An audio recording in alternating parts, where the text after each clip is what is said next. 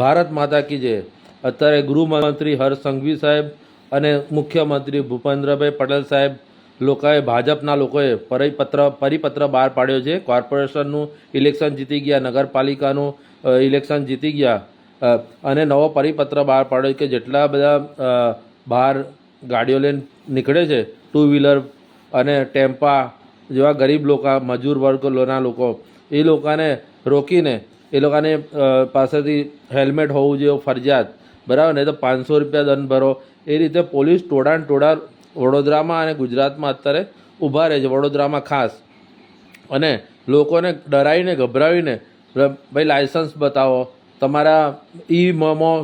100 કરતાં વધારે ગયા 15,000 દંડ થશે, 10,000 દંડ થશે, એવું કરીને સવારના એ લોકો ઊભા રહે છે 8 વાગ્યાના, 8:30,